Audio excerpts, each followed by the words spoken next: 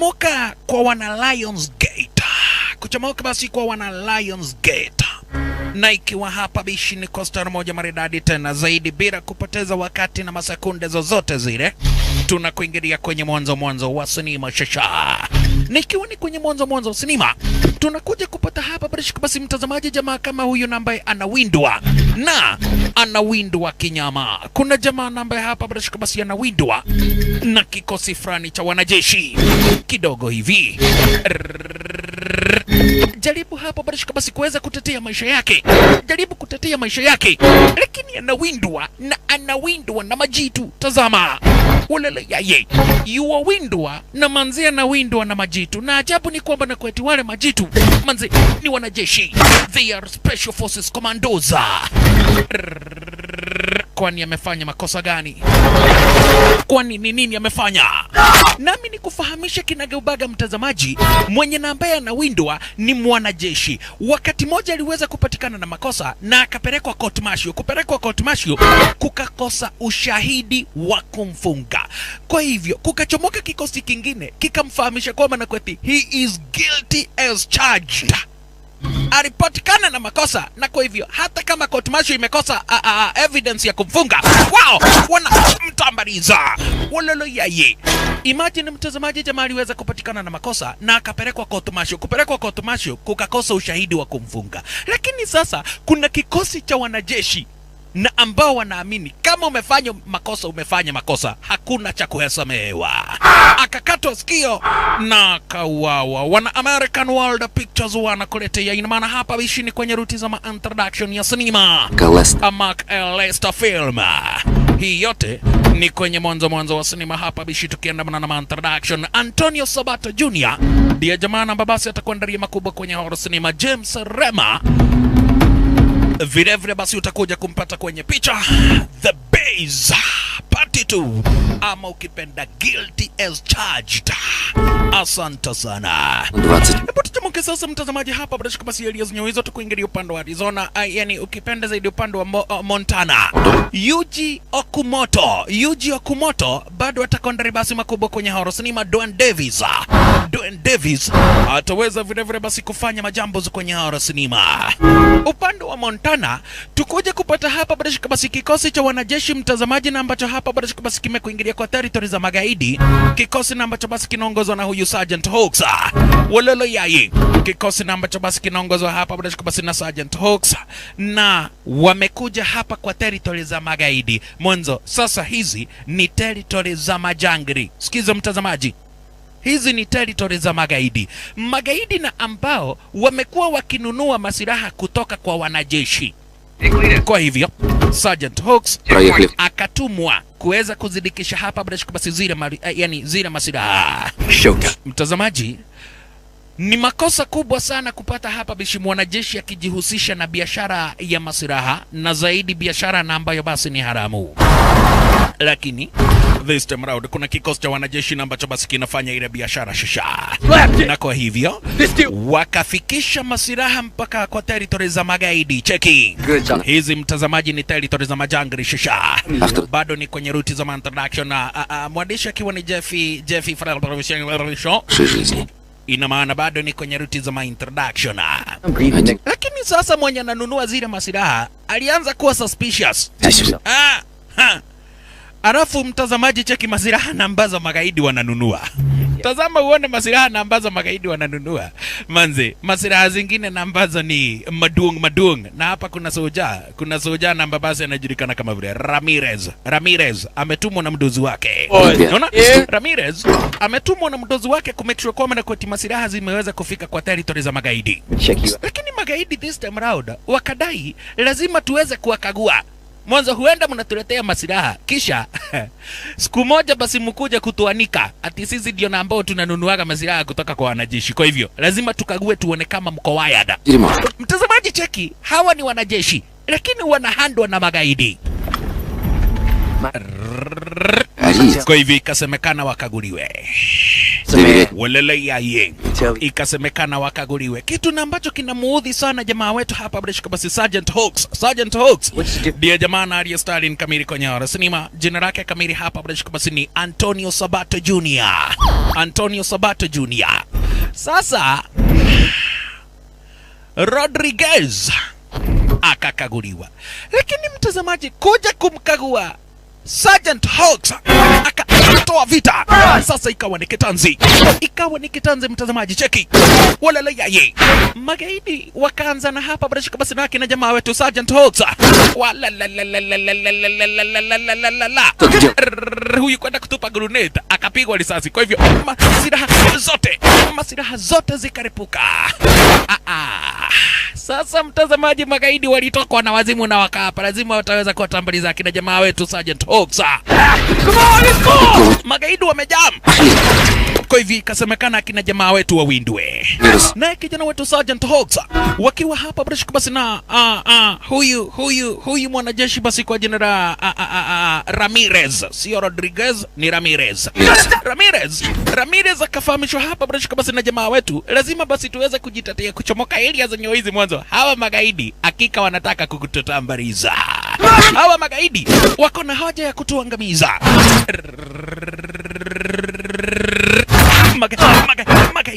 Magaidi jamaa wetu Sergeant Hawks kuwapepeta marisasi mbaya mbovu.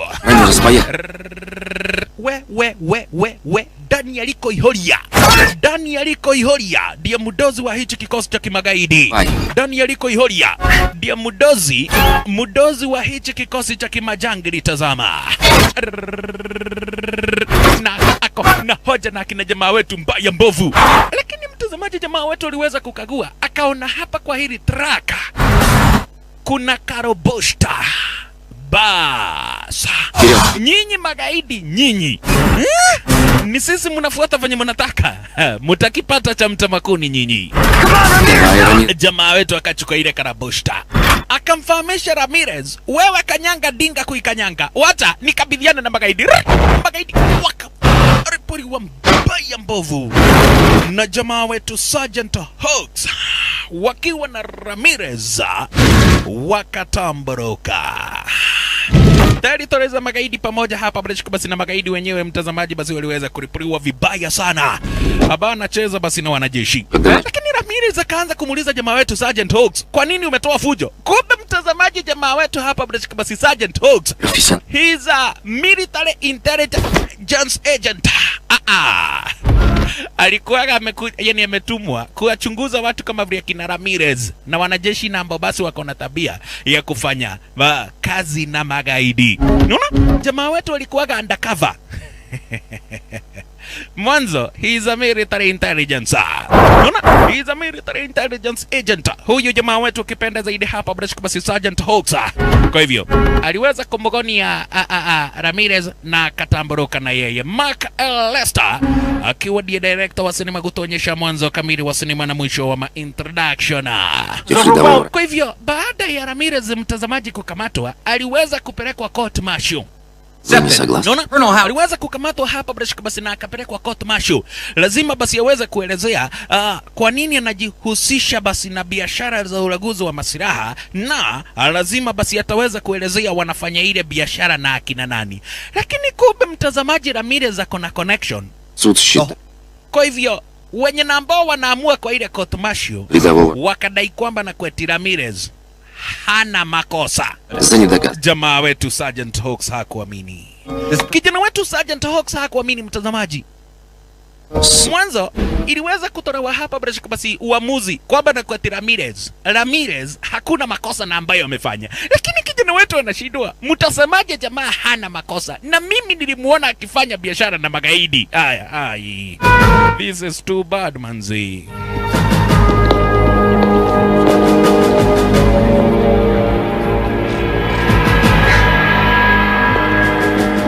Lakini mtazamaji, sikiza. Kotini huwezi enda kustaki mtu alafu useme ati mimi nilimuona. Kuna hitajikana evidence ya kutosha. Ina maana basi kunahitajikana ushahidi wa kutosha. Kwa hivyo wakati jamaa wetu alikuja kubonga hapa basi na General Grey, alikuja kumfahamisha hapa basi General Grey, manze, this is too bad. Unakamata mtu na makosa na inapatikana kwamba na kwetu hakuna makosa amefanya, na wewe unajua kabisa kuna makosa na mbabasi ameweza kufanya. General Grey akamfahamisha ni ushahidi hatukuwa nao wa kutosha. Ndipo sasa mtazamaji, General Grey aliweza kumfahamisha jamaa wetu Sergeant Hawks kwamba na kwetu kumekuwa na trend mwanajeshi kiletwa court martial alafu aweza kustakiwa na makosa fulani, kukosekane ushahidi wa kumfunga, akiwachiliwa anapatikana akiwa ameuawa. Kwa hivyo jamaa wetu akafahamishwa hapa basi na General Grey. Nataka basi tuweze kuelekea hapa basi kwa ofisi zaidi hapo upande wa Pentagon. Mwanzo kuna kazi namba tunataka kukupatia. Kumekuwa na mazoea mwanajeshi akikamatwa na kisha timu basi aweze kupelekwa court martial, kukosa ushahidi wa kumfunga, huyo mwanajeshi hatimaye anapatikana akiwa ameuawa. Na sasa kuna mwanajeshi kama huyu kwa jina Willis. Willis alipatikana akiwa ameuawa na akakatwa sikio.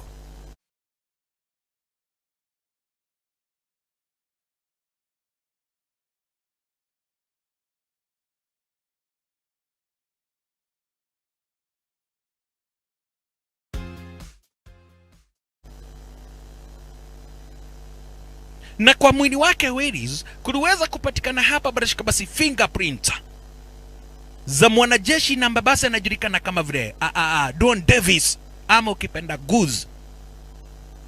Na Goose ako chini ya kikosi na ambacho basi kinaongozwa na Lieutenant Colonel Strauss. Unaona? Goose ako chini ya kikosi na ambacho basi kinaongozwa hapa basi na Lieutenant Colonel kwa jina Colonel Strauss. Kwa hivyo tunakupatia majukumu ama tunakupatia kibarua cha kuelekea hapa basi hadi kwa kampa, pahali na ambapo hawa yani hichi kikosi kilipo, kikosi na ambacho kinaongozwa na huyu Lieutenant Colonel Strauss, ukafanya uchunguzi ama ni wao wanahusika na mauaji ya wanajeshi na ambao kwa njia moja wamepatikana na makosa, kukakosa ushahidi wa kuwafunga na wakaweza kuachiliwa. Kwa hivyo jamaa wetu wakaweza kuelekea hapa basi hadi kwa amebeza hapo upande wa chani. Mission yake ni moja, kuweza kumchunguza Lieutenant Colonel Strauss, yeye na kikosi chake. Mwanzo kuna duru za kuaminika na ambazo zinamhusisha hapa basi yule Lieutenant Colonel Strauss na mauaji ya wanajeshi na ambao wameweza kupelekwa court martial na wakakosa hapa, yani kukakosekana ushahidi wa kufanya wale wanajeshi waweze kufungwa. Na kwa hivyo kijana wetu Sergeant Hawks aliweza kukuingilia hapa basi hadi kwa lile kampa Walaloyaye, kampa Port Sanada. Na kampa Port Sanada iko hapa basi mtazamaji hapo upande wa chani. Kijana wetu amekuingilia hapa basi kama tu mwanajeshi wa kawaida. Unaona? Amekuingilia tu kama mwanajeshi wa kawaida, lakini mtazamaji nimesha kufahamisha kinaga ubaga kwa maana kwa huyo jamaa wetu Sergeant Hawks, he is a military intelligence agent. Kitu cha kwanza aka make sure kwamba na kweti basi ameweza kuweka mitambo yake area zenyewe hizi. Unaona? Aka make sure kwamba na kweti basi ameweza kuweka mitambo yake basi area zenyewe hizi.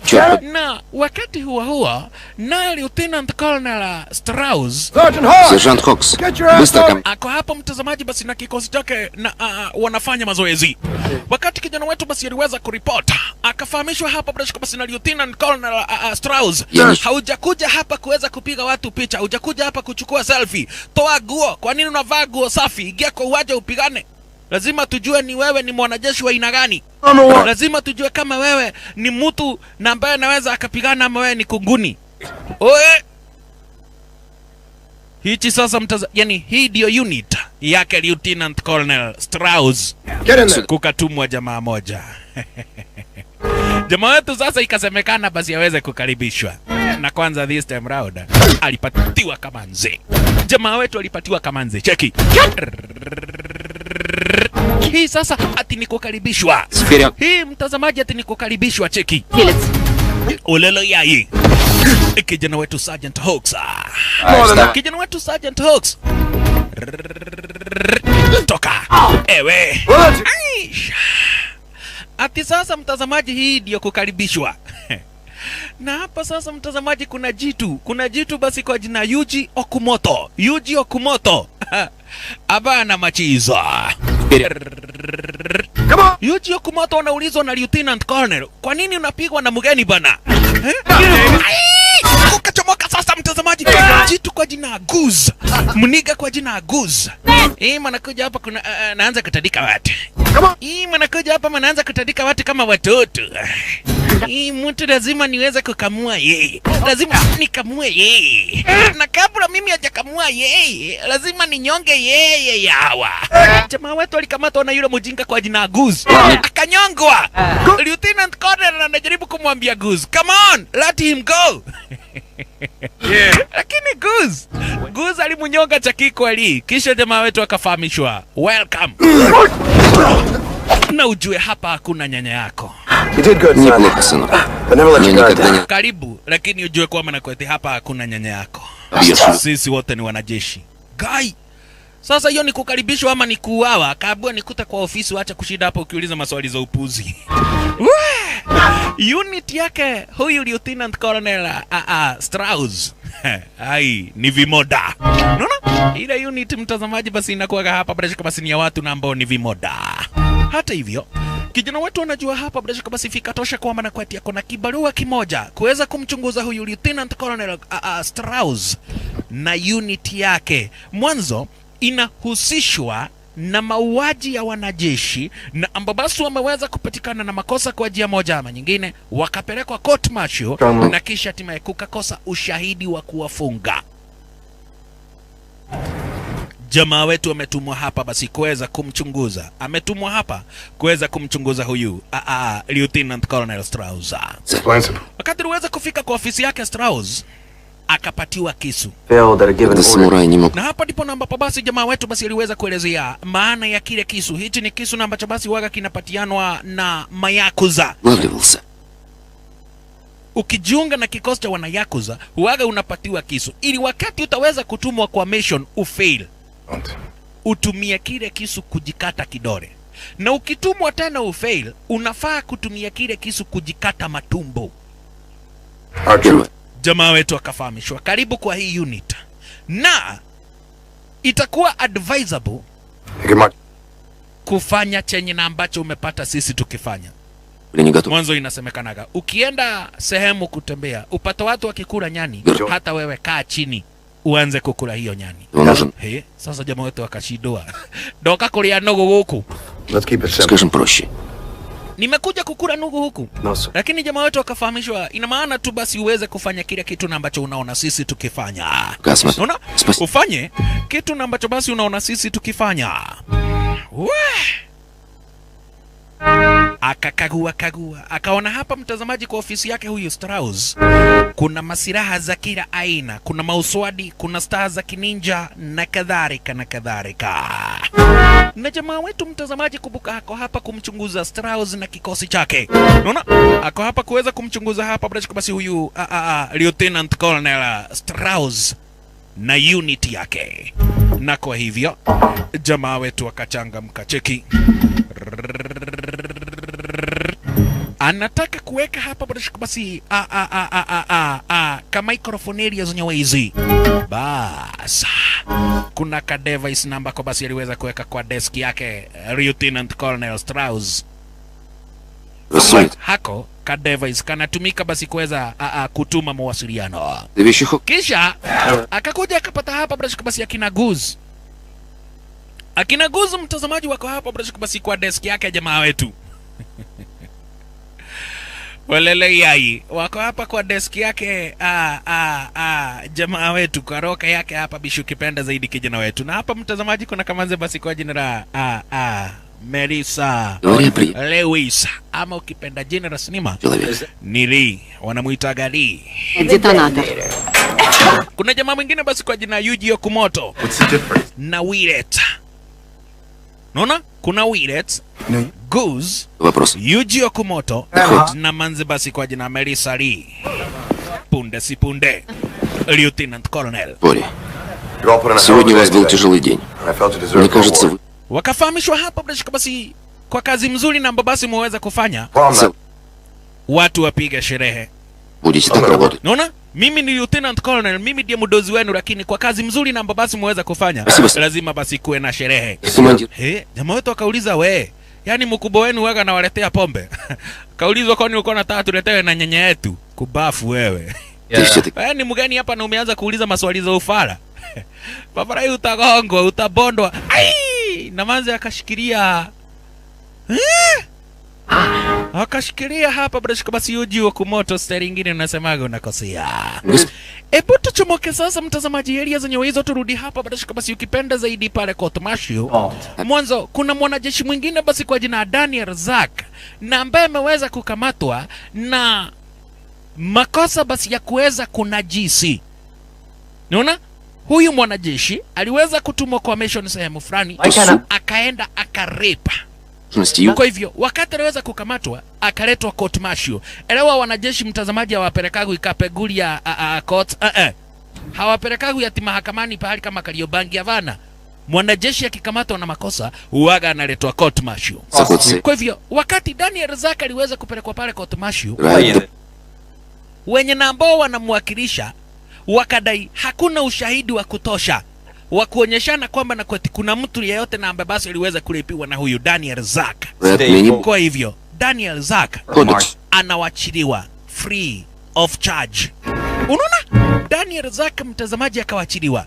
Daniel Zack akaweza kuachiliwa ati kwamba na kweti hakuna ushahidi wa kutosha. Lakini sasa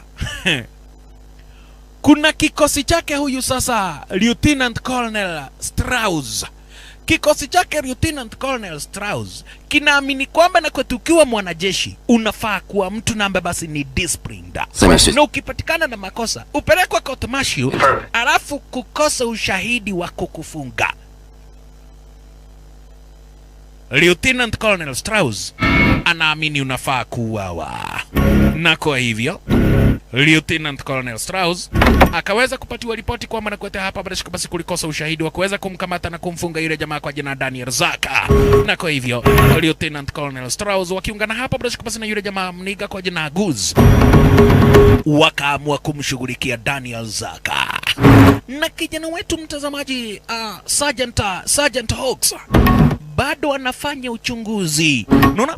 Bado anawafuata na yani kuweza kuwapeleleza hapa basi hawa wakina Lieutenant Colonel Strauss. Kumbe sasa mtazamaji ni wakati na ambapo hapa basi Lieutenant wanakuja kuchukua document. Unaona? Ni wakati wanakuja kuchukua hapa basi file yake Daniel Zack. Yule mwanajeshi na ambaye aliweza kustakiwa lakini kukakosa ushahidi wa kutosha na akawachiliwa.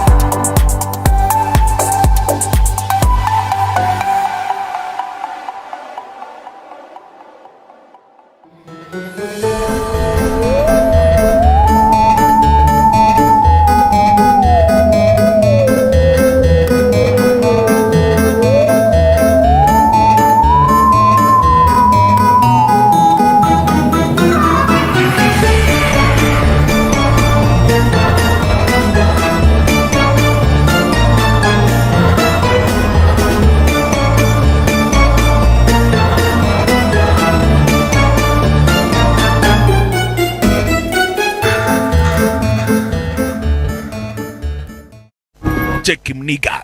Mtu mnaleta ujinga. Mtu mnakuja hapa mnaleta mchezo kwa kazi. Mtu mnafaa kufinywa. Ni mtu mnafaa kufinywa, mnafinywa kabisa. Jamaa wetu akacheki akaona. Akacheki akaona biashara na basi inafanywa hapa basi na huyu Lieutenant Colonel Strauss. Wakachukua zile file na kisha timu basi wakaweza kujiseti ndani ya dinga na kisha timu basi wakatambroka. Lakini jamaa wetu wanataka kujua zile file zimekubebea information gani. Kwa hivyo kale kajamaa Kenya ambako basi kaliweza kuleta zile file. Faster kakahidhokerwa. Utaniambia ni nini umepatiana? Utaniambia chenye na ambacho umepatiana. Dige kwera. Ona soso agelio kadige kwera. Gokoli gafuana. Vafari nitakuwekelea. Nitakuwekelea. Ai, kwani unafikiria mimi ni kamugojwa? Unasema ati utanigonga kitu gani? Sasa mtazamaji, ikabidi jamaa wetu basi aweze kumtoa ile jamaa kinyaunyau kule mtaani shisha.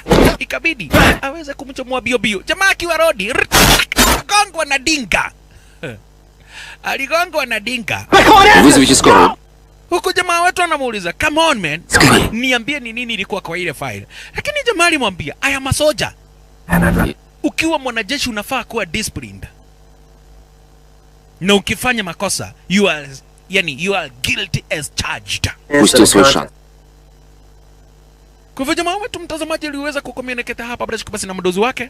Aliweza kubonga basi na mdozi wake na akamfahamisha mambo venye ambavyo basi inaendelea. Unaona? Akamfahamisha mambo venye ambavyo inaendelea. Hata hivyo, Lieutenant Colonel Strauss aliweza kuita unit yake na akawafahamisha kuna kazi na basi inafanyika. We, unaenda wapi? Wewe ni mgeni kwa hichi kikosi, hatuwezi tukafanya kila kitu na wewe. Hatujui kama wewe ni mtu wa zimia kazini, hatuwezi tukafanya kazi na wewe. Jamaa wetu akawachwa. Unaona? Wakati zilifika nyakati za usiku mtazamaji, jamaa wetu anataka kujua ni nini Lieutenant Colonel Strauss alituma akina Guzu wakafanye.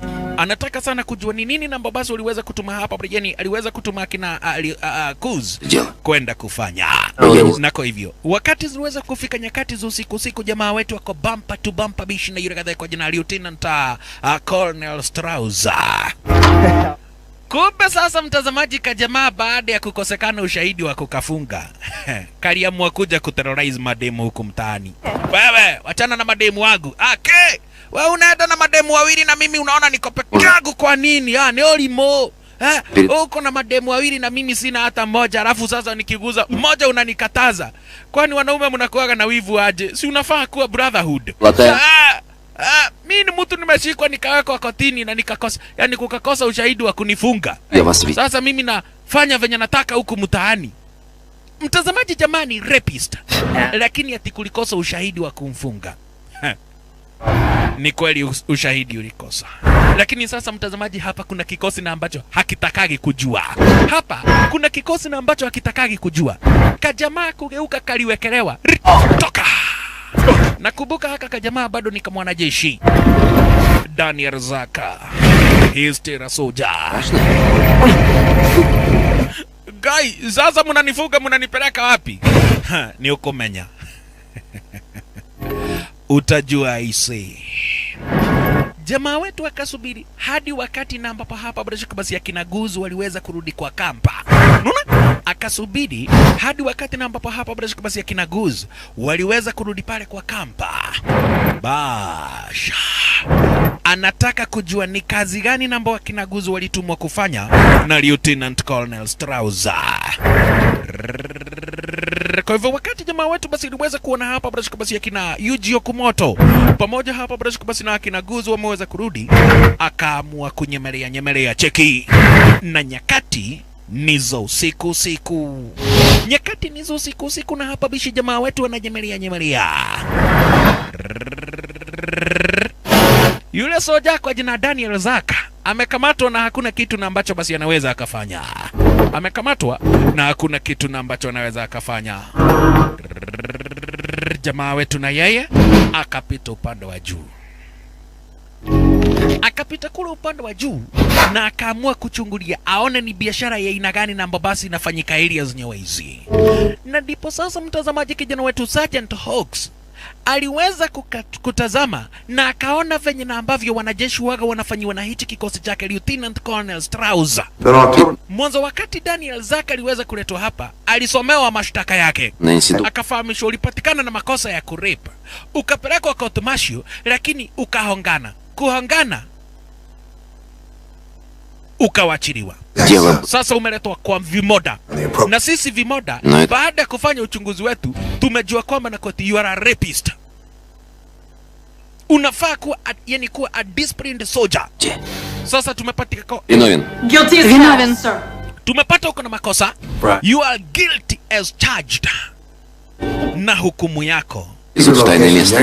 Там тебе. ni kifo. Sikiza mtazamaji, jamaa alipelekwa court martial, kukakosekana ushahidi wa kumfunga, lakini sasa alitekwa nyara, akaletwa kwake Lieutenant Colonel Strauss. Kuletwa kwake Lieutenant Colonel Strauss, Lieutenant Colonel akamhukumia kifo. Na ajabu ni kuwa hapa ukihukumiwa si ati unagojea siku 5 ndio ukufe. Unauawa hapo hapo, unahukumiwa na unauawa. Sasa jamaa wetu anataka kuona design yenye nambo hawa wanajeshi wanatumiaga. Unaona? Anataka kuona design yenye nambo basi hawa wanajeshi waga wanatumia kuangamiza wanajeshi wenzao. Ameshadandia lile jeep. Kijana wetu mtazamaji hapa bila basi ameshadandia lile jeep. Ako upande wa chini. Kumbe ka jamaa mtazamaji kaliweza kuletwa kwa msitu. Na utaona wamekesha wakikuja. Unaona? Mwanzo ka jamaa kalikamatwa hapa bila basi masaa ya saa 5 usiku. Kakahukumiwa. Kisha sasa wakaanza safari. Скотина. Kwenye walikuwaga wanaelekea wamefika usubuhi na macheo. Basha. Umepatikana na makosa. Na juu wewe ni mwanajeshi. Juu wewe ni mwanajeshi, hautauawa hivi hivi vijinga. Tutakupatia nafasi ya kuweza kujitetea. Lakini mtazamaji, yule manza basi kwa jina Ali. Ni kama ameweza kusikia movement. Вы не имеете права. Заткнись. Со мной так... Lakini haya kasema sawa sawa. Kumbe jamaa wetu already tayari basi amesha kuchukulia maposition. Kijana wetu Sergeant Hawks amesha kuchukulia maposition. Anataka kuona design yenye nambo basi wanajeshi wake Lieutenant Colonel Strauss waga wanatumia kuangamiza wale wasoja. Wololo yai. Jamaa kaletwa pahali kama hapa akafahamishwa, sikiza. Wewe ni mwanajeshi na ambaye anafaa kuwa disciplined. Lakini ulitumia training yako kunyanyasa raia na ambaye hata hawezi akajiulizia. Na kwa hayo makosa, sisi kama wanajeshi wenzako na ambao tuko disciplined, tunakupatia nafasi ya kujitetea. Tutakuachilia uingie kwa huu msitu. Na kuna sehemu na ambao basi kumeweza kuwekwa masilaha. Sisi tutakuwinda. Ukifaulu kutuangamiza kabla tukuangamize, well and good. Lakini tukikukamata, unauawa na unamalizwa. Jamaa anaona kama ni jokes. Guy akauliza ama unataka kukufa saa hizi? Wewe ni upige kichaka faster nike modu. Ingia kwa msitu. Tunakupatia masekunde kadha wa kadha ukuwa umechukua maposition. Sisi tukuwinde. Ukimanage kutuangamiza kabla hatuja kuangamiza, well and good. Lakini tukikupata offside, manze tutakuangamiza. Na mtazamaji, jamaa wetu hapa basi Sergeant Hawks anajionea kila kitu. Wololo yai. Kijana wetu Sergeant Hawks mtazamaji anajionea kila kitu. Nakumbuka hapa basi anatafuta ushahidi wa kuweza kumweka ndani huyu Lieutenant Colonel Strauss na kikosi chake. Bas. Lieutenant Colonel Strauss akafahamisha unit yake, sikizeni. Hii ndio training ya muhimu sana. Mwanzo hii sasa ni kama tunafanya mazoezi. Kuwinda mwanajeshi na ambaye ako na experience. Basha. Awindwe shasha. Yule mwanajeshi mtazamaji kwa jina Daniel Zaka. Awindwe.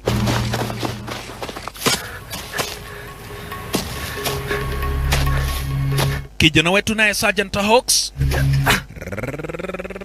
amesha kuchukulia maposition jamaa wetu Sergeant Hawks. Walalo yai. Kajamaa nako sasa kamiona kumeharibika. Kai wadho ukilia tiadhi eno.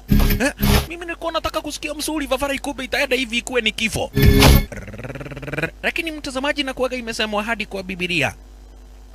Mtu yoyote wa kurepa, hukumu yake inakuwaga kifo. Na mtu yoyote wa kurepiwa na anyamaze, pia hukumu yake inakuwaga ni kifo. Hiyo ni kitu mtazamaji na basi inakuwaga hadi kwa Bible. Unaona? Hicho ni kitu na ambacho kinakuwaga kimeandikwa hadi kwa kitabu kitakatifu. Jamaa awindwe. Jamaa awindwe. Na ameonekana. Already tayari basi kajamaa kama weza kuonekana. Igawaje basi kaliweza kupata hapa basi moja kati ya zile mabuduki na ambazo zile kwa zimefichwa areas. Hizi kana windwa kinyama. Jamaa wetu na yeye Sergeant Hawks anang'ang'ana venye na ambavyo naweza akaokoa maisha yake.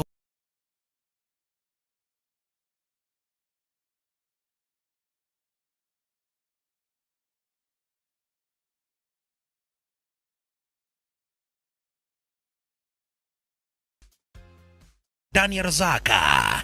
Mwanzo jamaa alikamatwa na akapelekwa court martial. Kupelekwa court martial kukakosekana ushahidi wa kuweza kumfunga na akawachiliwa. Kwa hivyo jamaa wetu haoni hoja ya huyu jamaa kuweza kumalizwa. Sasa hapa kuna jamaa mwingine mtazamaji kwa jina Willet. Willet akamwona Daniel Zaka na alikuwaga na clear shot, lakini akashindwa kupiga risasi. Unaona? Akahesitate. Unaona? Willet akahesitate. Na sasa mtazamaji, ukitaka kukufa mapema ni ujaribu upuzi kama huo kwa hichi kikosi chake huyu Lieutenant Colonel Strauss. Kumbe sehemu jamaa wetu wameweza kuchukua maposition, Strauss alikuingilia. Ulele yai. Lieutenant Colonel hapa basi Strauss aliweza kukuingilia. You guide. I'm close. Amesense kabisa hapa kuna jamaa. Ulele yai. Amesha sense kwamba na kwa areas hizi kuna mtu. Стойте.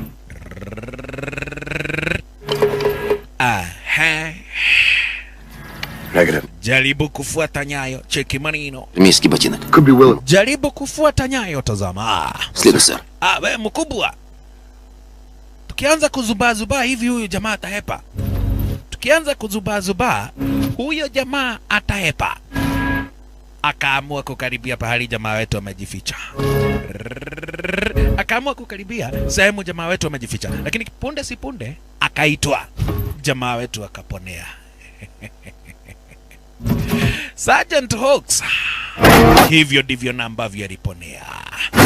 Huyu na yeye Daniel Daniel Zaka bado anawindwa. Anguka vibaya. Jamaa alianguka vibaya. Akazingirwa. Alianguka vibaya akazingirwa, tazama. Ulipatikana na makosa ukapelekwa court martial, lakini ukajitetea na ukahongana ukawachiliwa. Sasa sisi tunajua kama umefanya makosa, hakuna story ati na kujitetea. We, Willet, ulihesitate kupiga huyu jamaa marisasi. Sasa nataka kuona kama umeweza kugain nguvu ya kuweza kupiga mtu marisasi. Lakini mtazamaji haka kajamani kamuoga, kwa hivyo kali hesitate tena. Kitu na ambacho hapa basi waga kinamkasirisha sana huyu Lieutenant Colonel. Anamwambia Willet, come on. Pull the trigger, man. Kill him, man. He's a rapist. Kukosa kumpiga marisasi. Lieutenant Colonel akamnyeshia marisasi kumtambaliza. Jamaa wetu akitazama tena. Daniel Zaka kuisha bei. You are guilty as charged. Na sisi matangamanya. Sisi matangamanya. Ina maana sisi hatutakagi kujua. Na ajabu ni kuwa anakuangamiza na anakukata sikio moja. Cheki. Lieutenant Colonel Strauss mtazamaji ni kemoda. Anakuangamiza na anachukua hapa basi chaini yako na anakukata sikio moja. But you're gonna bury this man, will it? Kisha akawafahamisha hii inafaa kuwa funzo kwa wanajeshi kama vile Daniel Zaka na wenzake wenye namba basi wako na tabia kama zake. Mtazamaji, jamaa wetu basi iliweza kuchungulia kwa ubali. Mwanzo hawezi akataka basi kuweza kujitokeza kama saizi. Mwanzo anajua wenyewe hawa watu wanaweza wakamtambaliza. Lakini sasa kama kuna mtu mtazamaji yako kwa noma, ni haka kajamaa kwa jina Willet. Huyo sasa mtazamaji ndiye namba basi yako kwa noma. Mwanzo ameanza kuhesitate. Kitu na ambacho basi haufai kufanya basi ukiwa kwa unit yake huyu Lieutenant Colonel Strauss. Na kijana wetu mtazamaji akaamua kukagua hapa basi kama kuna kitu na ambacho basi huyu Daniel Zaka alikuwa amejibebea, akapata hakuna. Kwa hivyo basi jamaa wetu akaweza kurudi kwa kampa. Unaona? Akaweza hapa basi kurejea pale kwa kampa. Punde si punde akapatana na Guz. Hii mtu manaoga kama mjinga. Manakuja hapa kuoga kama mjinga. Sasa Vavarai nikioga kwani makosa ni gani? Mimi nimekuja kuoga, makosa yangu ni gani? Kwa nini wewe manaoga? Mwanaume ni mtu hamafai kuoga hata kidogo. Mwanaume ni mtu mwanafaa kukaa na uchafu hadi mwanakuwa mweusi. Haya. Hata hivyo basi baada ya kazi kubuka mtazamaji hapa basi wanaume hukubuka.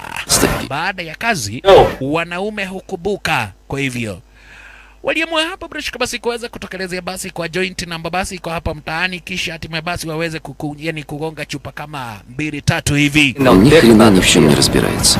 От разрыва мины в штаны наложит. Lakini mtazamaji Yuji Okumoto bado anadai yeye anataka kupigana na jamaa wetu Sergeant Hawks. Unaona?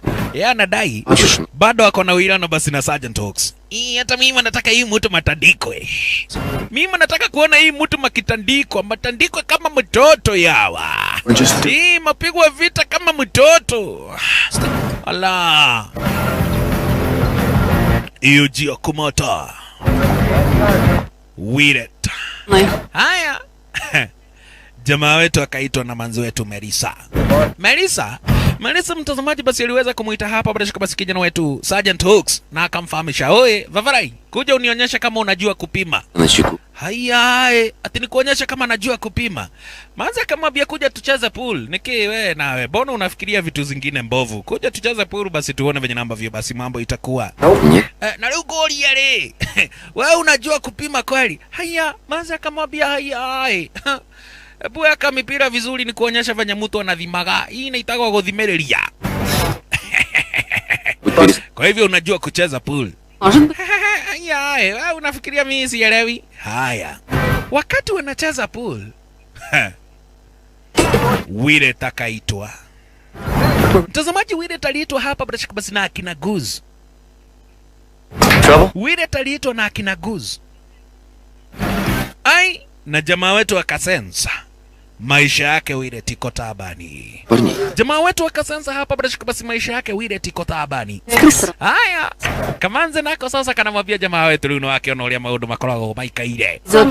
Hivi ndivyo mambo inakuwa imepolea hapa manzi. Sisi ni watu wa kufanya kazi, tukipata basi makosa imefanyika sehemu tuna make sure kwamba na koti basi tumeweza kuirainisha na tunafanya kazi yetu venye na ambavyo inafaa. Hapo sasa mtazamaji ndipo jamaa wetu alianza kumuuliza manzi story kuhusiana hapa bishi na Lieutenant Colonel Strauss. Manzi akamfahamisha ni jamaa tu namba basi anakuwa amejawa na kiburi. Jamaa namba basi anakuwa amejawa na kiburi ya uongozi. Ina maana ni mtu namba basi hamwezi mkakaa chini basi muweze kucommunicate hata kitu moja. Unaona? Ni kitu ambacho hauwezi ukafanya hapa bishi ati kuweza kubonga vizuri na huyu Lieutenant Colonel Strauss.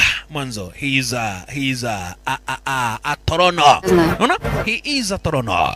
Ni maana basi ni mojinga, he is a kemoda, he is a mojinga kabisa. Поблагодаришь, когда он спасет тебе жизнь. Хорош. Wewe. Na manzi anamuonyesha jamaa wetu venye mtu anafanyaga. Anafanyaga hapa basi godhimidhia. Manzi anamwambia mimi naweza nikakupiga saba bora. Unajua wanaume mnakuaga na madharau sana ati sasa ati mimi naweza nikakupiga saba bora. Kumbe mtazamaji na yeye Wireta. Woi. Amewekelewa na kina Yuji Okumoto. Anaambiwa ati yeye ni munyonge. Anaambiwa yeye ni munyonge.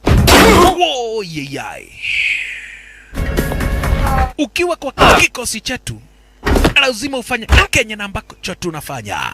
Ukiwa kwa kikosi chetu lazima ufanye chenye na ambacho sisi tunafanya. Когда ты... Ai, jamaa wetu kupita area zenye hizi. Ai, akasikia Willet anapiga mayowe. Kwa hivyo kijana wetu wale kuingilia hapa basi bio bio, wachaneni na yeye. Wachana na yeye bana. Unapiga mtoto mwingine mnataka kumtambaliza kitu gani? Akaabua Vavara ikaa mbali na biashara zetu. Lieutenant Colonel Strauss. Lieutenant Colonel Strauss. Я отведу тебя в больницу. Right now. Akakuingilia. Come on. Пошли. Смирно. Mkubwa amefika mara moja. Солдат. Soja, get on your feet. Simama. Guy, sasa nasimama na nini na nimepigwa vita yao. Nasikia mifupa zangu zinakaa kama uji. Okay. Guz, mkiwa na Yujimoto, chukueni huyo muende na yeye. Wewe na wewe. Eh? Забьет единство наш. Wewe ni mwanajeshi, unafaa kumind your own business. Lakini jamaa wetu aliumwa. Mwanzo ameshajua kazi na ambayo hapa Bishiwaga inafanywa na hichi kikosi. Unaona? Ameshajua kazi na ambayo hapa Bishiwaga inafanywa na hichi kikosi. Ты солдат и человек. Ты должен... Sasa kale kajamaa kwa jina Willet kaliletwa hapa. Приказано я... Kakaabua akajitetea. Akadai yeye hawezi akaua mwanajeshi mwenzake. Mtu mwenye na ambaye amepelekwa court martial na kukakosa ushahidi wa kuweza kumwanga, yani kumfunga. Akaulizwa, "Oh. Eh? Sasa unataka kusema sisi tunakuwaga wenda wazimu eh? Eh? Unataka kusema sisi tunakuwaga wenda wazimu tukiua wanajeshi wenye na ambao wanajihusisha na mambo ya ugaidi?" Не уходит. Willet, ulifanya makosa kubwa sana kujiunga na kikosi changu. Mwanzo kwa kikosi changu, it's either ufanye chenye na ambacho tunafanya ama ukufe. Hii mtu makufe, hii ni mtu majinga yawa. Hii mtu mnafaa kupigwa risasi ya kichwa mauawe yawa. Lakini Willet alijitetea na akadai, I cannot kill a fellow soldier due to what he is guilty as charged. For me, haiwezi wezekana. Lakini mtazamaji, wakati Willet aliambia Lieutenant Colonel Strauss hivyo, Lieutenant Colonel akatumana aletewe kichwa chake Willet. Alitumana kichwa chake Willet kiletwe. Juu amecheki akaona Willet anaweza kuwa msaliti.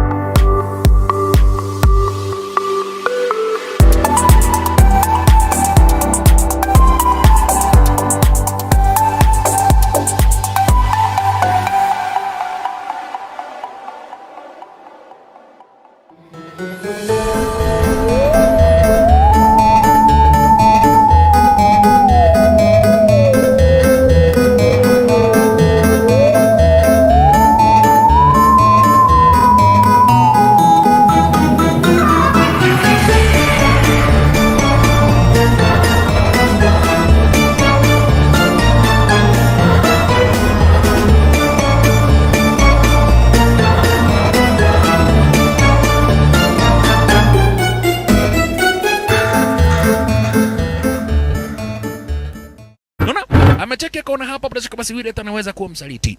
Kwa hivyo sasa mtazamaji, jamaa wetu akaweza kucommunicate hapa basi na mdozi wake na akamfahamisha, ai mkubwa, ai hapa ni kubaya, tunahitaji kuonana.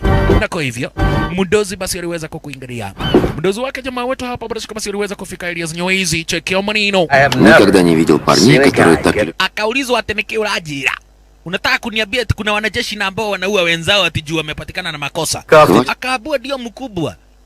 Ukipelekwa court martial alafu kukose ushahidi wa kukufunga, kikosi chake Lieutenant Colonel Strauss kinakupeleka kwa msitu, kinakuinda kama mnyama na kisha timebasi kinakutambaliza.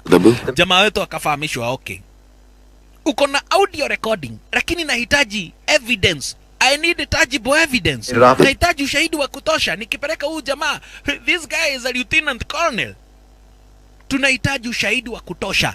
Lakini jamaa wetu akadaike, mimi nitakuwa shahidi. Akaabua hakuna mambo ya kuwa shahidi. Huwezi enda kotini ati uanze kupeana tu hadithi. Siku hizi mahakama haziamini mambo ya story ya jaba. Kuna Hizo story mnataka kupatiana kotini, utasikia umeambiwa hizo ni story za jaba.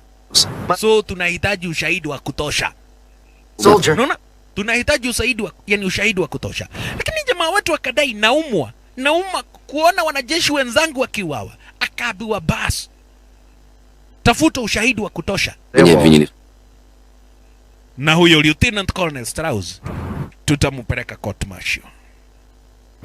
Haya, jamaa wetu akaamua kuendelea na ushahidi. Unaona? Jamaa wetu hapa basi Sergeant Hawks akaamua kuendelea na ushahidi. Пока вас не убили.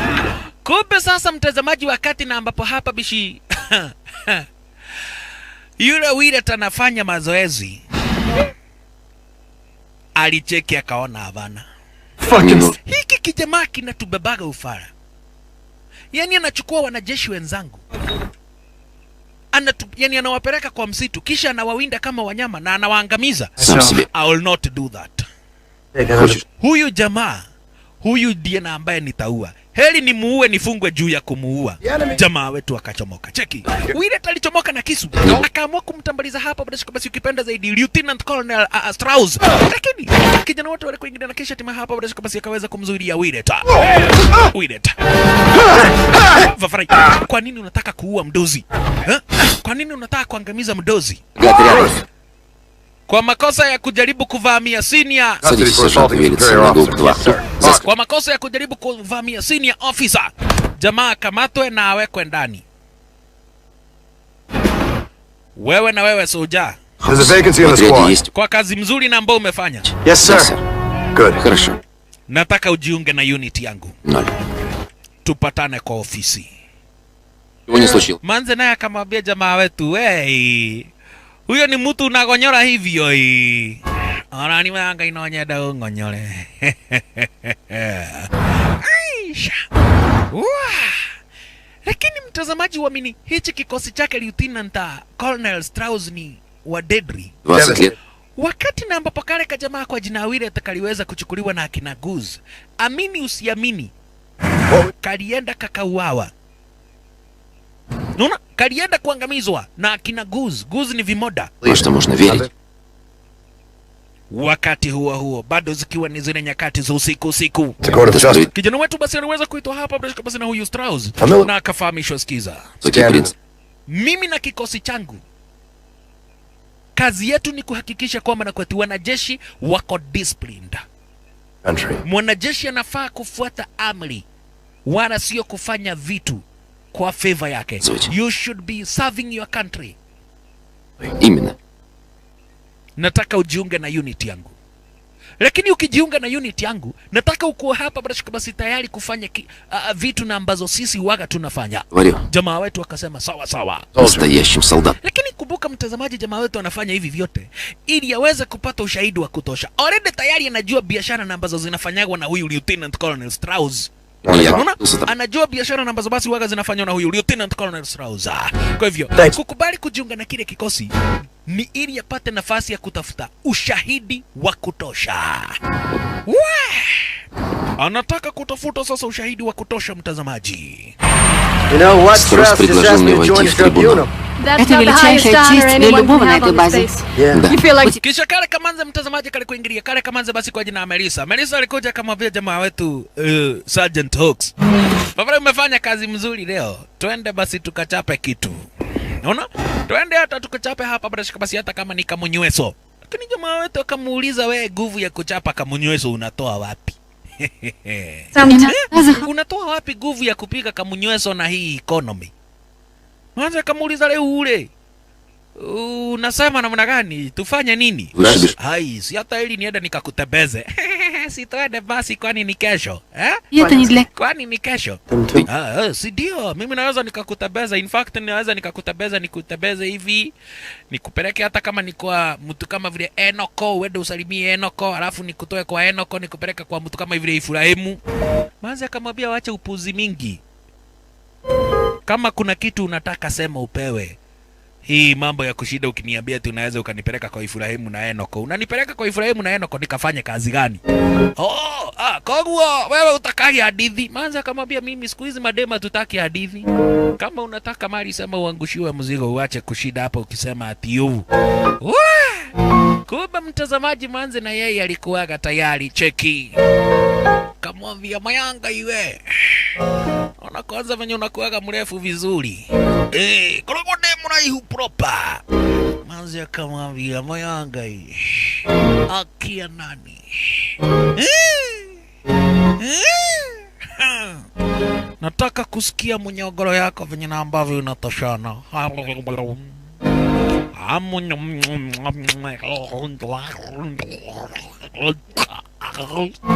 Ina maana basi wanabadilishana mate design kama hiyo. Walele yai cheki yo manino. Aisha. Na maana mtazamaji basi kale Kamanze kwa jina Melissa kaliamua kumwangushia jamaa wetu Sergeant Hooks live and direct. Na unaona mtazamaji wako pahali kwa buti ya dinga. Unaona? Wako pahali kwa buti ya gari. Na unaona huyu ni soja. Na wewe dem sijui unachoma sijui mahidi hapo unashinda ukisema ati nipelekwe wapi Haya. Kichwa chake Willet kikaletewa Lieutenant Colonel Strauss. Guz alienda akamwangamiza hapa basi Willet na akaleta kichwa chake kwa mdozi. Ino Guz alienda gautuanika.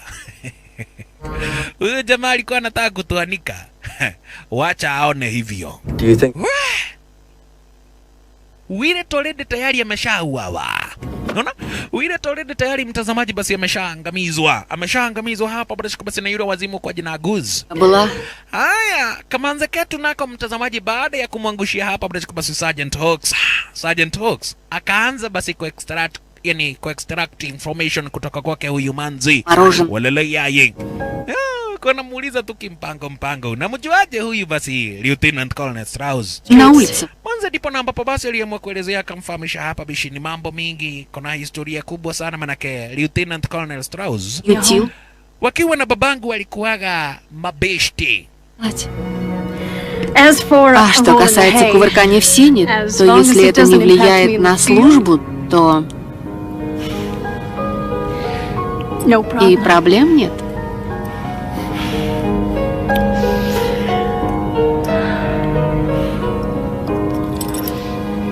Alright. Kisha wiketi huwa kijana wetu Sergeant Hooks anataka evidence ya kutosha. Na kwa hivyo wakati ziliweza kufika hapa basi nyakati za usiku kijana wetu aliamua kuingilia hadi kwa ofisi yake Lieutenant Colonel Strauss. Chekio manino. Aliamua kuingilia hapa basi hadi kwa ofisi yake Lieutenant Colonel Strauss. Mwanzo anataka ushahidi wa kutosha. Kuonyesha na kwamba na kwa huyu Lieutenant Colonel Strauss ndiye namba basi amekuwa akiangamiza wanajeshi namba basi wanawachiliwa kwa upungufu ama ukosefu wa ushahidi pale court martial. Akakagua chekio manino. Kijana wetu Sergeant Hooks anakagua hakikisha kizidi kutafuta ushahidi wa kutosha. Na ndipo sasa mtazamaji jamaa wetu hapa basi aliweza kuona briefcase na masikio za wale wanajeshi wote na ambao wameweza kuuawa na chain zao za kijeshi. Na uchunge sana jamaa wetu. Mwanzo ndiye huyu Lieutenant Colonel Strauss anakuingaria. Kisha jamaa wetu akapata file za wale wanajeshi wote na ambao basi wameweza kuuawa. Na uchunge sana wewe Sergeant Hooks. Mwanzo kamudhea diko haka. Ndiye huyu Lieutenant Lieutenant Colonel Strauss. Walele ya Aisha. Jamaa wetu wamesha kuchukulia maposition. Akakagua akaona Lieutenant Colonel Strauss amekuja na file nyingine, ikiwa na maana kuna mtu mwingine na ambaye sasa anahitajikana hapa bishi kuweza kuuawa.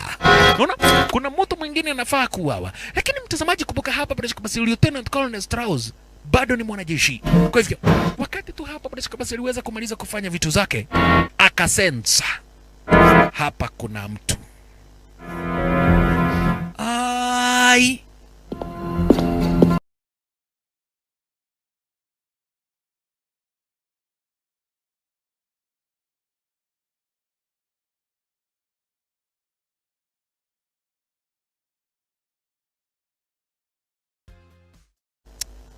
sijui kwa nini nasikia minyoo zangu zikifanya sema sauti kwa tumbo. Haya, kisha akachomoka. Alikuwa anasikia minyoo zake zikifanya soma sauti kwa tumbo. Ndipo sasa jamaa wetu mtazamaji aliweza kumpigia hapa basi General Grey na akamfahamisha mkubwa kuna ushahidi wa kutosha. Kuna briefcase na ambayo iko na masikio za wale wanajeshi na ambao wameweza kuuawa na file zao ziko hapo. Lakini mtazamaji, General Grey alimwambia jamaa wetu Sergeant Hooks, unafaa utafuta ushahidi, sio kuniambia bahali ushahidi huko. Unafaa utafuta ushahidi na ukuwa rede tayari uko na huo ushahidi. Na usijaribu kunipigia simu tena. Am I clear? Yes, sir. Yes, sir. Nidaigua monena ya gomeno.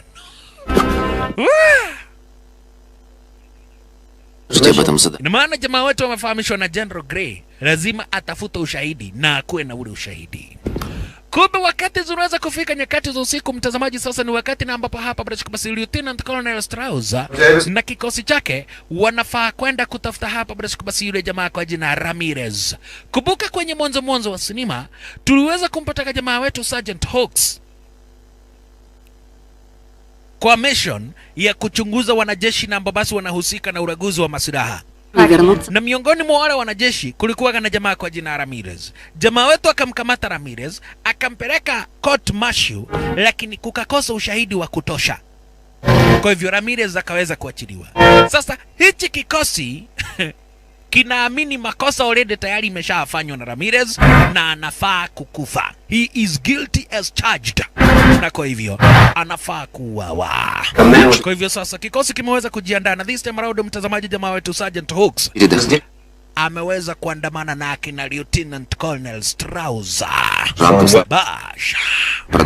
Muniga ako hapa anasema hii mtu mnafaa kufinya. Kama mnafinya kabisa. Haya, Ramirez naye ndiye huyu mtazamaji. Anakumbuka biashara zote na ambazo basi wamekuwa akifanya. Mkumbuka vizuri sana mtazamaji huyu Ramirez.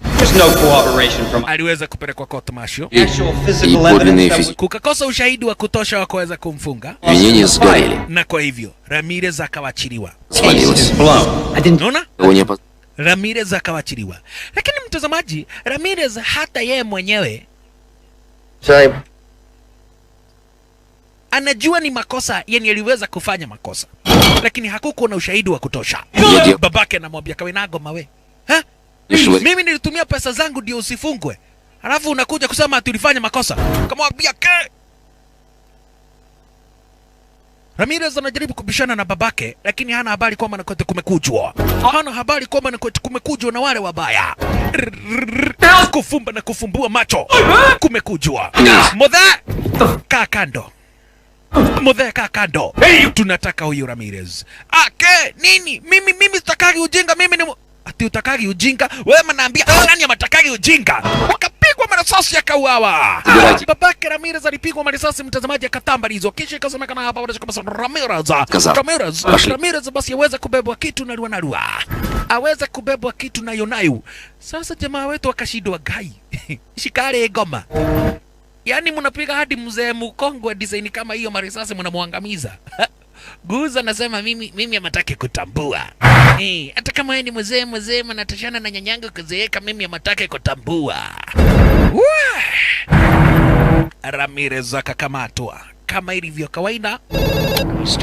Strauss, полковник Говард. Приятный сюрприз, полковник. Извините за вилица. Ukikamatwa na hichi kikosi chake Lieutenant Colonel Strauss, Да, вы прекрасно. Wanakuleta kwake kisha unahukumiwa na lieutenant. General. Kisha hatimaye unapelekwa kwa msitu, unaenda kuwindwa. Время затаить. Na Utastaajabu ya Musa, manake huyu Lieutenant Colonel Strauss hafanyagi hii kazi akiwa peke yake. Тебе, полковник. Yule wakili mwenye namba hapa basi waga anarepresent wanajeshi pale Court-Martial. Стоитесь. Akijua kabisa kwamba na kwetu kuna makosa na ambao ulifanya. Na kuna ufisadi na ambao umehusika ndio wewe uweze kuachiliwa. Yeye ndiye huwaga ana communicate na huyu Lieutenant Colonel. Akicommunicate, Lieutenant Colonel anatuma watu wake. Ndiye huyu soja mwenye nakuwaga Court-Martial. Ina maana hiyo biashara wanafanyaga hapa basi na akina Lieutenant Colonel. Wakati huo baada ya Ramirez kukamatwa, ni wakati sasa mtazamaji anakuja kuhukumiwa shasha. Hii sasa ndio inakuwaga mahakama. Иначе мозги вышел. Ты меня слышишь? Осужденный... Hii ndio inakuwaga mahakama. Nakumbuka mtazamaji, Ramirez Ramirez anajua jamaa wetu Sergeant Hawks. He is a military intelligence. Кодекса поведения. Kitu na ambacho akina Lieutenant Colonel Strauss hawajajua. Что рядовой Альберто Рамирес... Inaonekana ulikamatwa Vavarai kwa makosa ya kufanya ulaguzi wa masiraha, ukapelekwa Court-Martial. Kupelekwa Court-Martial, ushahidi ukakosekana, kwa hivyo ukawachiliwa. Как меня? Lakini sisi Доверили охране. tumekupata na makosa, tumekupata на hatia, И всю страну. na lazima basi tuweze kutoa uamuzi wetu. Что было бы, если Lieutenant Colonel akauliza watu wake, предательство? Вы считаете? akona makosa? Виновен, сэр. Yes. He is guilty as charged. Хокс. Hawks? Guilty as Виновен. Yeah. He is guilty as charged. Kajamaa kanataka kusema huyu mtu akamutoa ndio aseme. Jamaa wetu kuona atajulikana akamogonia. Ngomeno ni raria muno. Anaongea sana, anafaa kuwindwa mara moja. Lakini jamaa wetu amefanya hivyo. Mwanzo anajua kingeumana, ingejulikana kama nakotieni mwana military intelligence. Angeonyeshwa moto. Bas. Kama ilivyo kawaida sasa mtazamaji, ni Ramirez na akaambia wewe unyamaze ndugu, hii nitakusaidia. Unaona? Jamaa wetu aliweza kubonga hapa basi kimpango na Ramirez na akamfahamisha anyamaze. Kuna venye ambavyo basi anaweza akamsaidia.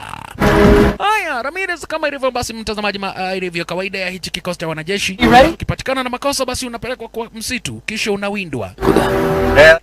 Na ukipatikana na wao wanakuangamiza.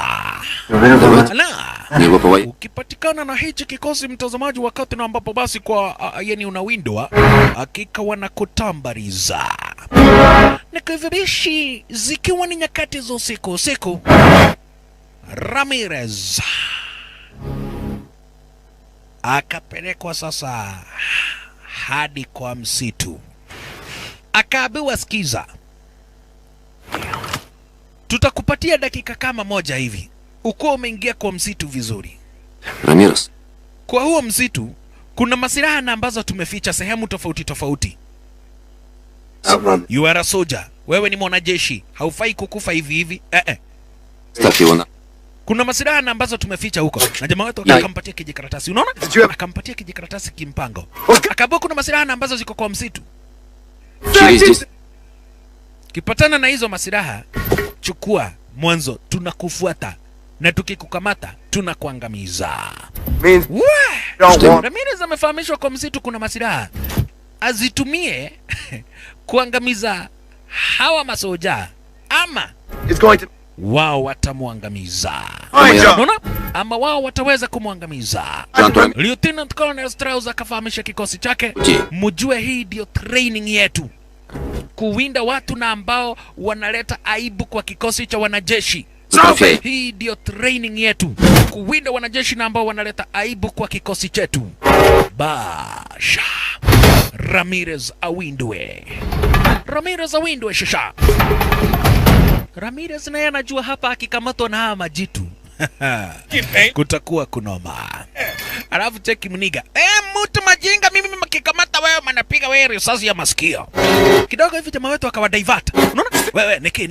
Nimemuona amepita huku. Jamaa wetu waliwa divert. Unaona? Jamaa wetu waliwa divert. Lakini Muniga anasema ke ni uongo. Na mtazamaji unaona Muniga amekubebea. SGPMGWC. Ina maana hapa brashika basi special general purpose machine gun with a semi-carry booster. Aya, makucha. We, Aisha.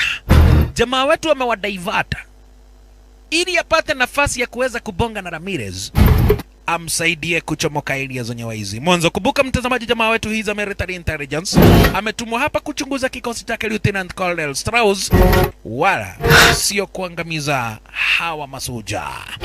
Ndipo na ambapo hapa Bishi Ramirez aliweza kutazama kile kijikaratasi na ambacho aliweza kupatiwa na jamaa wetu Sergeant Hawks, na akaona venye ambavyo basi ameweza kuandikiwa, akafahamishwa ukifika upande wa magharibi utaweza kupata sehemu fulani, nitakupata area zenye waizo. Na maana aliweza kupewa direction Muniga na yeye. Vafarai Okavawe. Ni mimi. Unyamaze. Sikiza. What the fuck? Hawa watu ni vimoda. Ramirez anamuuliza ke, unasema hawa watu ni vimoda na wewe ni moja wao? Akaabua nyamaza. Tumekuwa tukichunguza hawa watu. Unajua vizuri mimi ni mwana military intelligence. Hii ni ushahidi. Yaani hapa kuna ushahidi wa kutosha wa kuweza kukamata hawa watu. Nataka uhepe. Nataka uhepe na kisha uende umtafuta General Gray na uweze kumpatia yeye evidence. Hawa watu wanafaa wanafaa kustopishwa. Na mujichunge sana. Mwanzo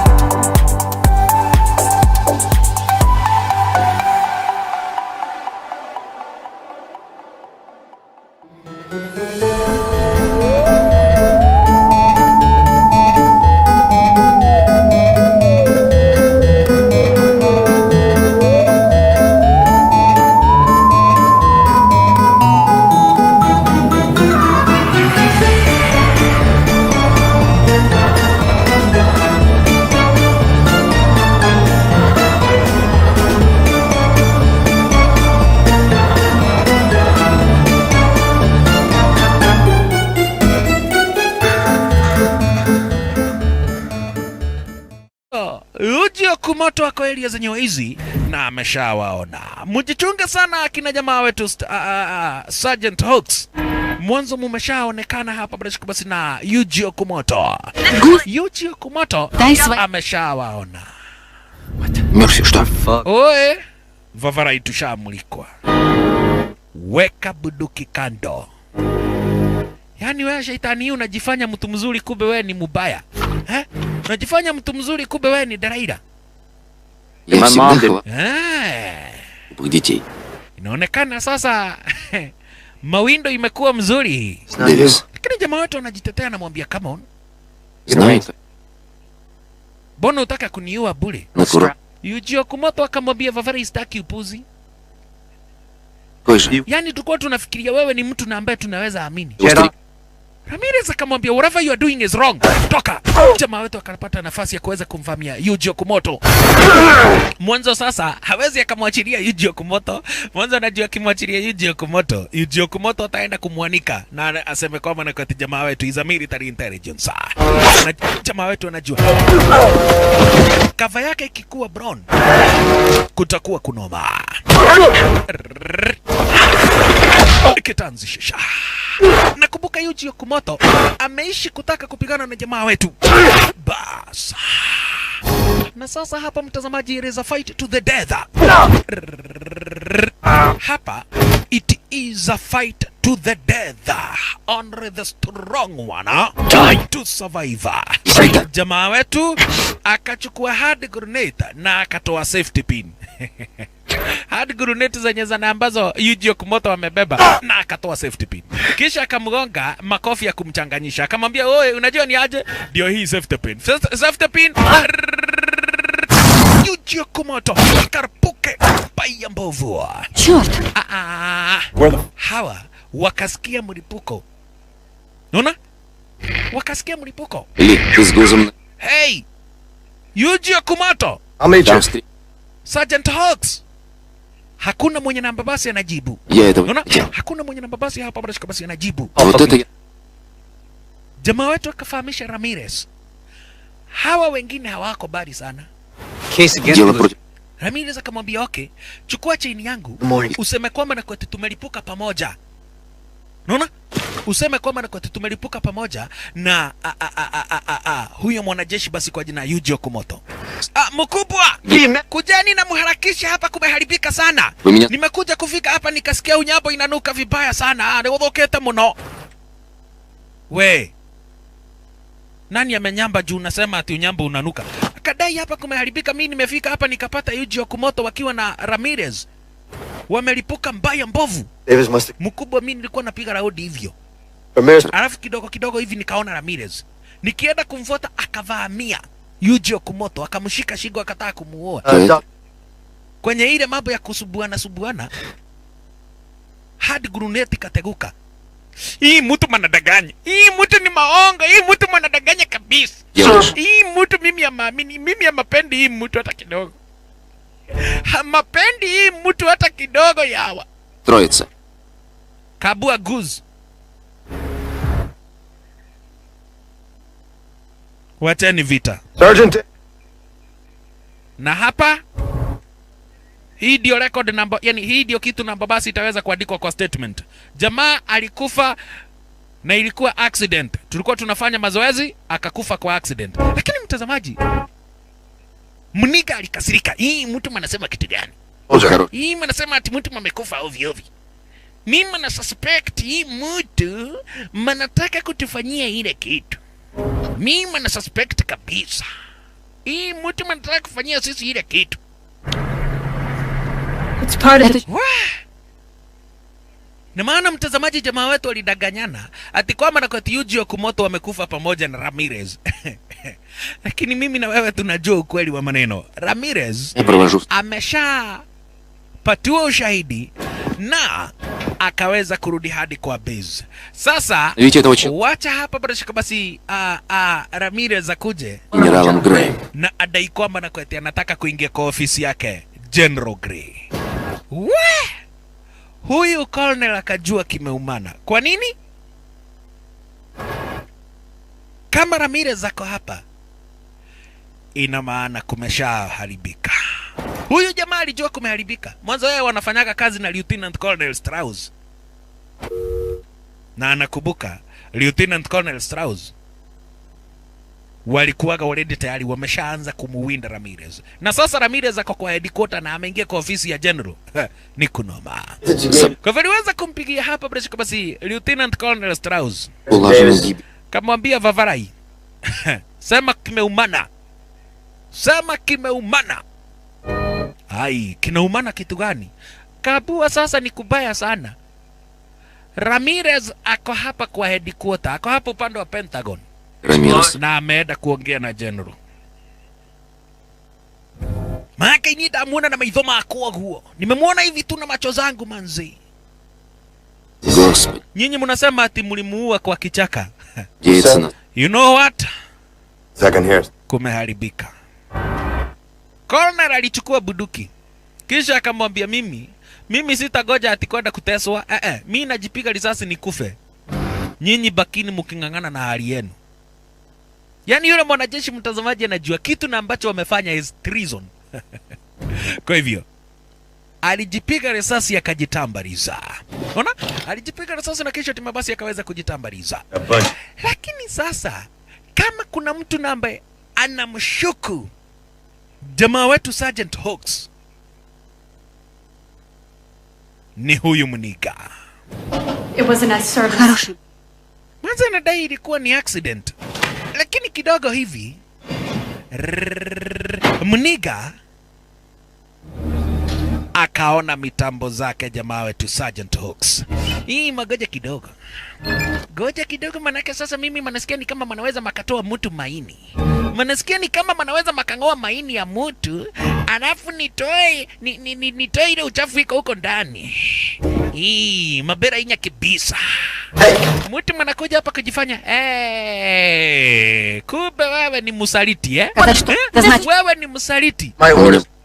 Jamaa wetu akawafahamisha, I am a military intelligence agent. Na nilikuwa nimetumwa hapa kuwachunguza kitanzi shasha. Na Muniga ako na machungu. Hii mtu kumbe mtu mwenyewe ni masaliti. Mtu mwenyewe ni msaliti. Na mimi manajaribu kupiga yeye manatandika mimi hawa. Alafu mananyonga mimi yeye. Mananyonga mimi. Wanajeshi wanashangilia, hawajui mambo na ambayo inaendelea. Oe soja, Sergeant Hawks. wachana na yeye. Lakini Muniga aliamuka na machungu, akamwekelea jamaa wetu ya tumbo. Kamata. Gai. Wewe ni msaliti. Sir. Prepare to take this man. Faster. Jamaa wetu ahojiwe shisha. How the fuck could you betray your Предать свой squad like отряд. this? I was Я following выполнял direct прямой orders. приказ. Jamaa wetu akawafahamisha, I am a military intelligence agent. Na mimi nilikuwa na follow direct order. Hii ni amri kutoka kwake general. Niweze kuwafuata. I was following a direct order from the general. Niwachunguze. Mwanzo nyinyi mumehusishwa na vifo za wanajeshi na ambao wanakamatwa wanapelekwa court martial, kisha hatimaye wanawachiliwa ikisemekana kwamba na kati hakuna ushahidi wa kutosha. Lakini Lieutenant Colonel Strauss akamwambia, sikiza, hawa wanajeshi wanaharibu jina la wanajeshi. Mtu amejihusisha na ulaguzi wa masilaha anafaa kukufa. Hii mtu anafaa makufa. Mtu amefanya rape. You are a soldier, you are not supposed to rape. Unafaa kuwa mtu na ambaye ni disciplined. Как считай? Kulingana na sheria yetu lazima tukuhukumie. You are guilty as charged. Hata wewe umepatikana na makosa. Lakini jamaa wetu akawafahamisha, I am a soldier. It's got all the У evidence it's ever разведки going есть to все need. необходимые. Na nimepata ushahidi wa kuweza kuwakamata na kuwaweka ndani. Akaabua huo ushahidi hautauhitaji. Mwanzo before tusemekane ati nikukujiwa hapa, wewe already tayari utakuwa umekufa.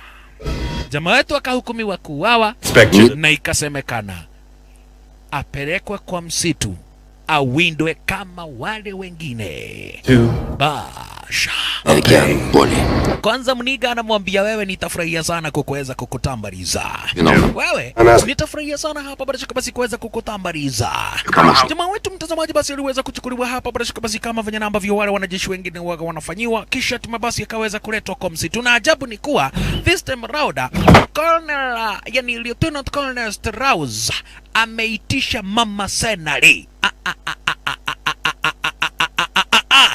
Makusha Aisha ameitisha mama senari. Tazama, Lieutenant Colonel Strauss ameitisha mama senari. Ina maana hapa bishi this time around jamaa wetu hapa bishi lazima awindwe. Unaona, lazima bishi aweza kuwindwa. Смердит. Bring him along. Bas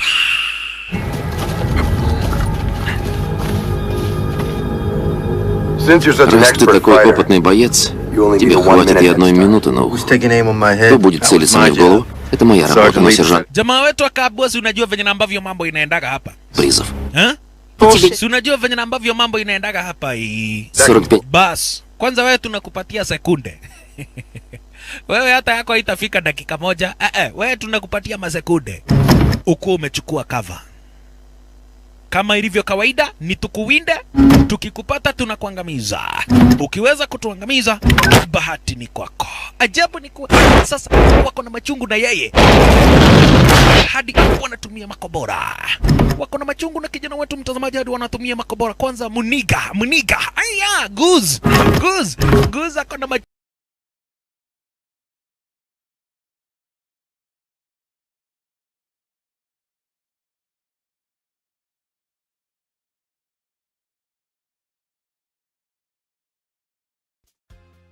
gubaya mbovu. Hii mtu lazima mimi maweke yeye risasi kwa masikio yawa. Lazima maweke yeye risasi kwa masikio. Circle in.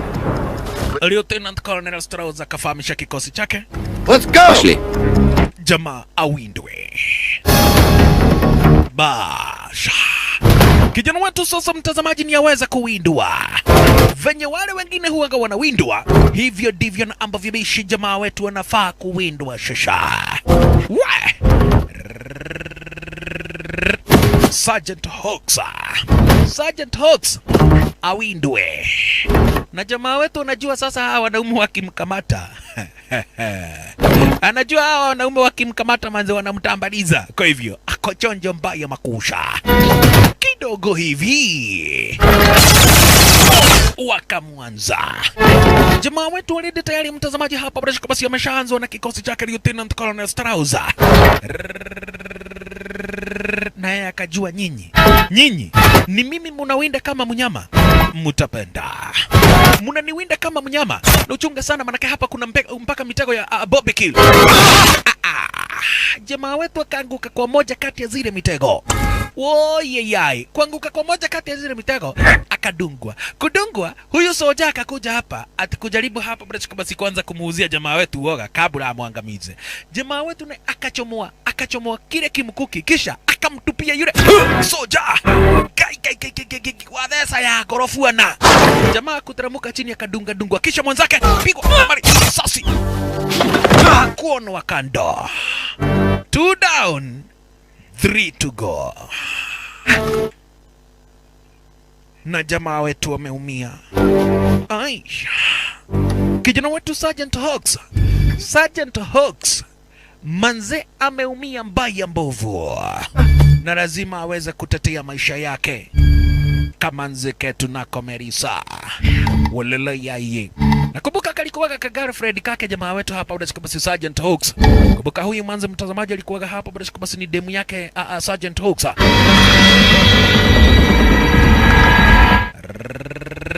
Aya, wewe. Все было чуть... Ujue nataka kukuua nifurahie wewe. Unazaje kunifanya mimi nikupende alafu sasa ukua tunatuwinda. Manze wakati anapiga kelele, kumbe jamaa wetu already tayari ameshazunguka. Ndiye huyo. Weka buduki kando. Стреляй. Come on, shoot me. Сделала. Jamaa wetu akamwambia come on, I won't shoot you. Fanya hivi. Mimi naweza nikakutoa kwa hichi kikosi. Andamana na mimi, kuja na mimi basi tuweze kuishia. Kumbe mtazamaji wakati jamaa wetu wanabonga hapa bishi na Merisa. Kwani wakati wanabonga na jamaa yani manzo wetu Merisa, Lieutenant Colonel Strauss alikuja na akaona kile kitendo. Akaona Merisa alikuwa na nafasi mzuri ya kumwangamiza jamaa wetu na hajafanya hivyo. Soja, what happened? Жался. Amekuja hapa akaniigiza box alafu akatoroka. Ateke. Mimi nakuleta mawindoni alafu unasema ati umeingizwa box. You are a soldier. Yes, I am a soldier, but mimi bado ni dem. Ateke. Wewe bado ni dem kitu gani? You are a soldier. I don't care kama wewe ni dem ama wewe ni nani. Guz? Доложите о себе. Muniga uko wapi? Столько от вас. Mimi bado mako hapa katikati ya msitu. Я иду. Mimi bado mako hapa katikati ya msitu, nataka hiyo mjinga. Nataka kuinda hiyo mjinga. Wakapata wale wanajeshi wengine wawili wameuawa. We, unaona venye huyo jamaa anafanyia watu? Unaona anataka kutuangamiza hii. Tutafanya nini? Куда он пошел? Прекрасно. Itabidi basi tuweze kujichunga proper. Itabidi tuweze kujichunga manake huyu jamaa ako serious, anataka kuweza kutuangamiza. Yuko serious? Anataka hapa basi kuweza kutuangamiza. Kwa hivyo nataka huyo jamaa aweze kuletwa na umulete kwanza, hata ikiwezekana uniletee kichwa. Bas. Guilty she is charged, ama ukipenda the best party 2, ikiwa hapa bishini kwenye kipindi cha lala salama. Bas Muniga na jamaa wetu ukipenda zaidi hapa basi Sergeant Hawks. Cheki Muniga kwanza kuna machungu na jamaa wetu, anamtaka kinyama. Cheki Munino Aisha. Muniga mtazamaji analilia damu yake jamaa wetu mbaya mbovu, pigwa risasi ya bega. Kijana wetu alipigwa risasi ya bega. Muniga akajua bas, hii mtu anajaribu kucheza mchezo ya paka na panya. Hii mtajua mimi sio mtu ya kucheza mchezo ya paka na panya. Muniga akazubaishwa. Muniga kuzuba right on time. Jamaa wetu akakuingilia. Makuja. Kama nikakwende, kama nikasonge hapa. Mimi nataka matandike wewe kama ile samaki inaitwa buta. Ile samaki mwenyewe matatoshana na mimi. Manataka matandike wewe kama huyo samaki manaitwa buta. Kikamunyonga jamaa wetu. Na jamaa wetu anajua hiki kimojinga kikunyonga kinaweza kikakuangamiza. Kwa hivyo jamaa wetu akatumia hapa basi ujuzi wake. Kisha akamweka hapa basi Muniga. Kisha akamwekelea moja. Kisha akamtupa kwa kimuti star kama hiyo. Hii mtu amecheza poka. Yawa. Mamecheza poka yawa. Mabera inya kebisa. Mtu mamecheza poka. Muniga kuisha maneno.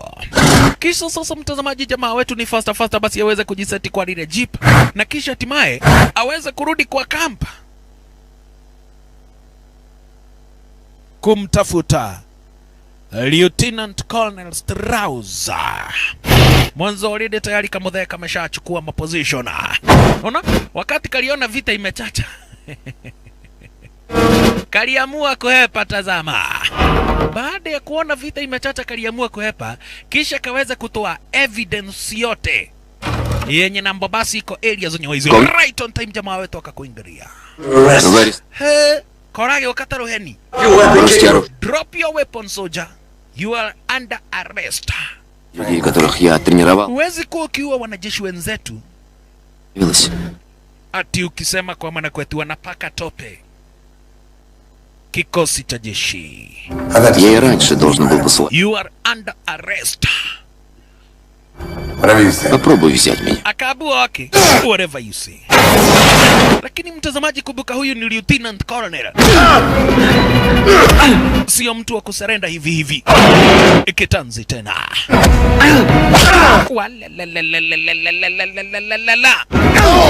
Kabakia kuwa ni kitanzi area zenye hizi.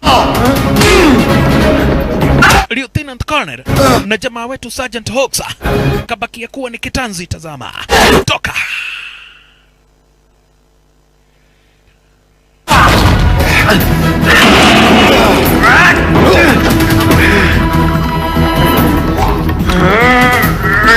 Нужно быть лучшим, чтобы меня победить. Это не ты, лейтенант. Kupiga marisasi hiyo ni kuitana.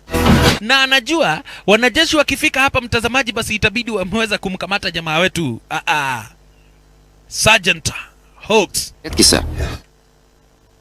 Lieutenant Colonel akasema huyu mtu akamatwe kwa kupiga mdozi wake. Chiwa. Mimi ile vita nimepigwa na huyu jamaa, kwanza anafaa hata apigwe marisasi saa hizi.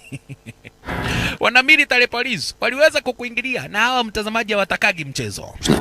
Jamaa wetu kujaribu kusema ati huyu amekuwa akiua wanajeshi, akaambiwa soja, you are under arrest.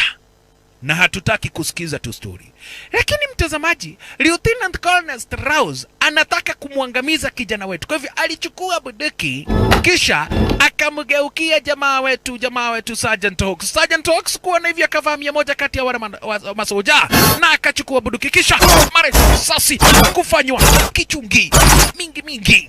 Wala kaye drako kinyamathio gonyenga yeni. Ngino holi thathisio ciothe.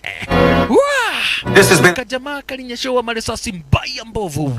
Lieutenant Colonel Strauss kuisha maneno, na General Grey akaweza kutoa hapa basi yani akaweza kutoa habari. На следующей неделе вообще все забудут. Igawaje ni wanajeshi hawawezi wakasema waziwazi chenye na ambacho basi kiliweza kuendelea, lakini ukweli wa maneno mtazamaji umeweza kujulikana.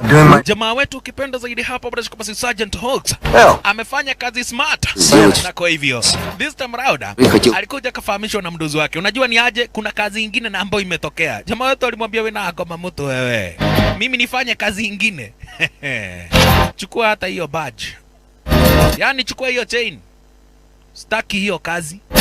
Mimi unanituma kwa kibarua alafu sasa unaniwachilia. Never ever, I'll not do that. Kijana wetu basi akaweza kutambaruka, na this time around aka make sure kwamba na kwete hapa basi wanajeshi namba walikuwaga wanafanya zile ugaidi watu kama vile kina Sergeant ama ukipenda zaidi Lieutenant Colonel Strauss wameweza kuwekwa kando. Pentagon ikaonya na ikadai kwamba na kwete kufai kuwa na vikosi kama kikosi chake Lieutenant Colonel Strauss. Kikosi chake Lieutenant Colonel Strauss kikiwekwa kando pamoja na yeye, nami nikicheke ruti kando kibisha naona picha letu. Guilty as charged, ama ukipenda the best party too. Dakika ni za mwisho.